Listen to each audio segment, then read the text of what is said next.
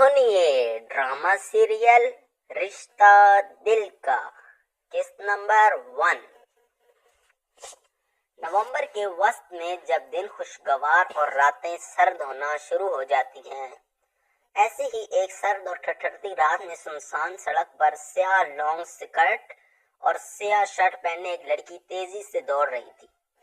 उसके चेहरे पर सिर्फ एक तासुर था, खौफ का, बेइंतहा खौफ, बिल्कुल वैसा जैसे कोई इंसान मौत को अपने ताक़ुब में देखकर महसूस करता है। तेज तेज दौड़ने से उस लड़की के लंबे बाल हवा में उड़ रहे थे। तभी वो एक लड़की सड़क पर दौड़ने के बजाय सड़क के इतराफ में बने जंगल की तरफ मुड़ गई। जंगल में जाकर एक दरख्त के पीछे छुपकर तेज तेज सांस ले रही थी। तभी उसे अपनी कमर पर कुछ सख्त शय महसूस हुई। उससे पहले कि वो हाथ लगाकर उसे महसूस करती या खुद से दूर करती, उसे अपने कानों में नफरत से भरपूर इंतहाई सख्त लहजे में की गई सरगोशी सुनाई दी। तुम्हें क्या लगा था कि मेजर आर रजा को धोखा देकर तुम बच जाओगी? नहीं, कभी भी नहीं। तुमने मुझे समझने में बहुत बड़ी भूल कर दी। मेजर आर रजा मुल्क के दुश्मनों को कभी मुआफ नहीं करता। नहीं आहल, प्लीज प्लीज मुझे माफ कर दो, प्लीज मुझे बख्श दो, मुझसे गलती हो गई, बहुत बड़ी गलती हो गई, प्लीज मेरी जान बख्श दो, लड़की ने रोते हुए कहा। आंसू लगातार उसकी आंखों से बह रहे थे। तुम्हारे गुनाह माफी के लायक नहीं और ना ही मैं तुम्हें माफ करने का कोई हक रखता हूँ, क्योंकि मेजर आर रजा ने मुल्क के दुश्मनों को कभी माफ करना सीखा ही नहीं। वो उन्हें एक ही जगह पहुंचाता है, सीधा जहन्नुम में। प्लीज आहर रहम करो मुझ पर, मैं वादा करती हूँ किसी को कुछ नहीं बताऊंगी, मैं सब कुछ छोड़ दूंगी, सिर्फ तुम्हारे साथ रहूंगी, लड़की ने रोते हुए कहा।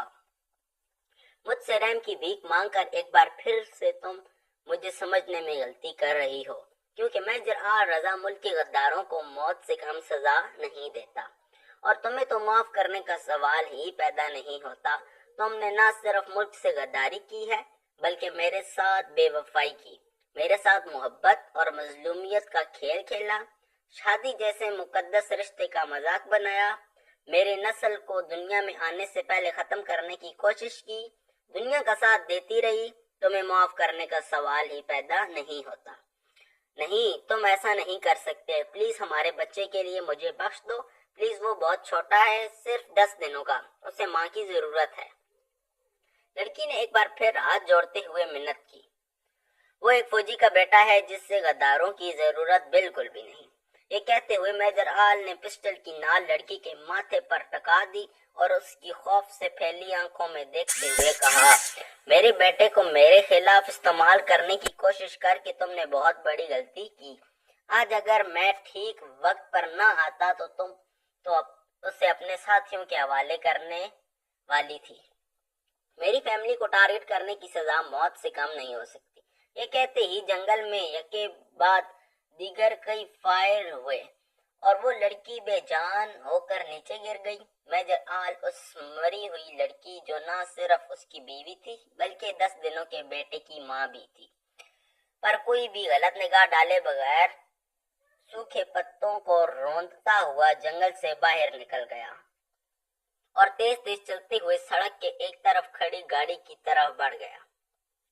पैसेंजर सीट पर बैठते हुए बगैर किसी की तरफ देखे, सीट की पश्त से टेक लगाकर आंखें मूंदते हुए कहा, कैप्टन साहब, गाड़ी घर की तरफ ले जाएं।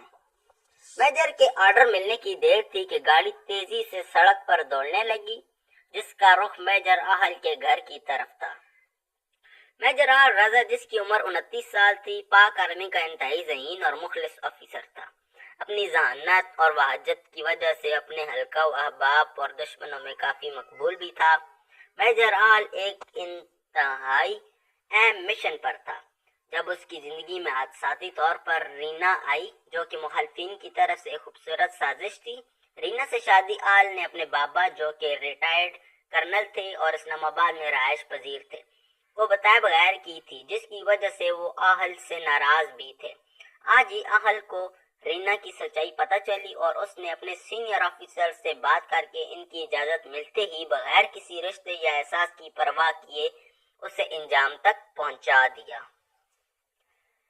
ایک چھوٹے سے کمرے کے درمیان میں ایک نسوانی وجود بے چینی سے ٹہل رہا تھا، جس کے کان باہر کی طرف لگے ہوئے تھے۔ چلنے سے سرخ پونی میں بندے لمبے سیاہ بال ادھر ادھر ہل رہے تھے۔ تھک کر ایک گہری سانس بھرتے ہوئے اس لڑکی نے اپنے لمبے بالوں کو اپنے بائیں کندھے پر رکھا اور کمرے میں رکھی اکلوتی چارپائی پر بیٹھ گئی۔ اپنی سیاہ غزالی آنکھیں دروازے پر ٹکائے دائیں ہاتھ کے انگوٹھے کے بڑھتے ہوئے ناخن کو اپنے دانتوں پر مارنے لگی، جو کہ اس کا انتہائی ٹینشن اور گھبراہٹ میں کیا جانے والا بے ساختہ عمل تھا۔ تبھی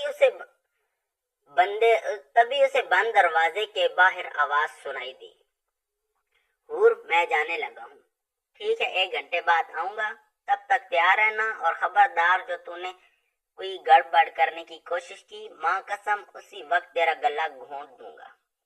آواز سنتے ہی لڑکی کی سانس روک کر آنے لگی اور اپنے سفید اور خوبصورت ہاتھوں سے آنسو صاف کرتے ہوئے نم لہجے میں کہا، جی چاچا۔ قدموں کے چاٹوں کے دور جاتی آواز سن کر حور نے بند دروازے کے سوراخ سے باہر جھانکا اور اپنے چاچا کے گھر سے باہر نکلنے کا یقین کر کے اپنے رکی ہوئی سانسیں بحال کی اور تیزی سے بیگ میں کپڑے، تھوڑے سے زیور اور الماری میں موجود کچھ پیسے رکھنے لگی۔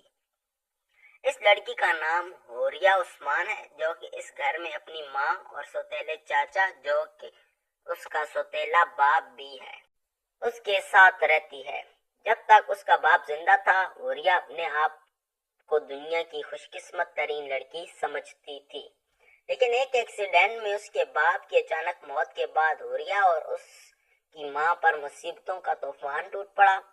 گھر پر قبضہ کرنے کی خاطر حوریہ کے سوتیلے چاچا نے، جو کہ نشہ کرنے اور جوا کھیلنے کا عادی تھا، زبردستی اس کی ماں سے شادی کر دی اور انکار کرنے کی صورت میں حوریہ اور گھر سے لا تعلقی اختیار کرنے کو کہا۔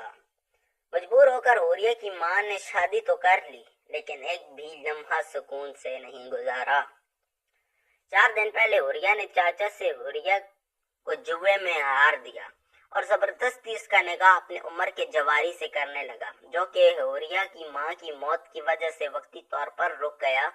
لیکن کل رات اس کے چاچا نے دوبارہ اس کے نکاح کی جان لیوا خبر سنائی۔ حوریہ نے نکاح سے بچنے کے لیے گھر سے بھاگ جانے کا فیصلہ کیا اور اب وہ اپنے چاچا کے گھر سے نکلنے کا بے صبر بیگ اٹھا کر اور بڑی سی سیاہ چادر سے منہ ڈھانپ کر گھر سے باہر نکل گئی۔ جیسے ہی حوریہ سڑک پر آئی اور سڑک کے کنارے پر کھڑے رکشے کی طرف بڑھنے لگی، سامنے سے اپنے چاچا کو آتے دیکھ کر پریشان ہو گئی، جو نہ صرف اس کے گھر سے بھاگتے ہوئے دیکھ چکا تھا، بلکہ تیزی سے اس کی طرف بڑھ بھی رہا تھا۔